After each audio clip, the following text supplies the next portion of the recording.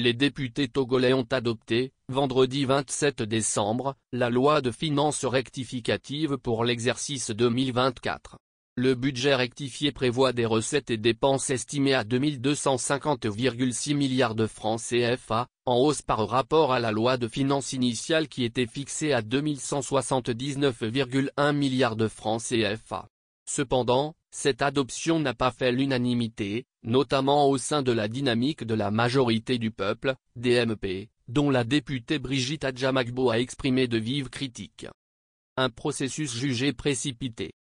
Ce retard a eu pour conséquence la pression mise sur tout le monde et celle de comprimer le processus d'examen et de le bâcler, je dirais.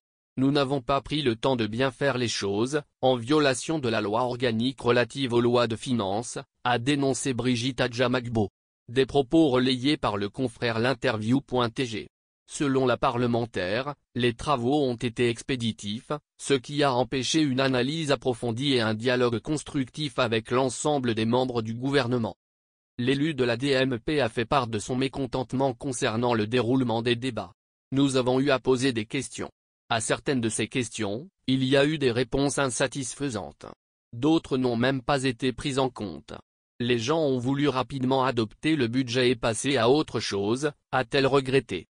Une dette écrasante et des investissements jugés insuffisants. Parmi les principaux points de discorde, Brigitte Adjamagbo a pointé la part importante consacrée au remboursement de la dette, qu'elle juge disproportionnée par rapport aux autres priorités. Bien que le gouvernement affirme que 49% du budget sont alloués au secteur social, la députée demeure sceptique quant à l'impact concret de ces fonds sur les populations. Nous ne sommes pas convaincus de la prise en compte réelle des besoins sociaux.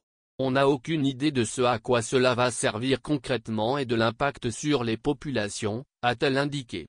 Elle a également critiqué la faiblesse des investissements, notamment ceux financés par les ressources internes du pays, déplorant une dépendance excessive aux projets extérieurs. Une pression fiscale jugée excessive. La députée a aussi mis en garde contre l'impact des nouvelles taxes et des pénalités infligées aux petites et moyennes entreprises, ainsi qu'au secteur informel. Il y a une pression trop forte sur les petites et moyennes entreprises. Il y a un risque de tuer ces entreprises, a-t-elle alerté. Des ressources sous-exploitées.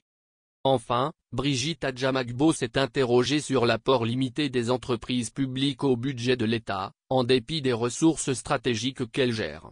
À quoi nous sert d'avoir tous ces gisements de phosphate si la SNPT ne peut apporter une contribution substantielle au budget de l'État? Ça sert à quoi d'avoir un port autonome en eau profonde avec des résultats négatifs? Ça n'est pas normal, a-t-elle déploré.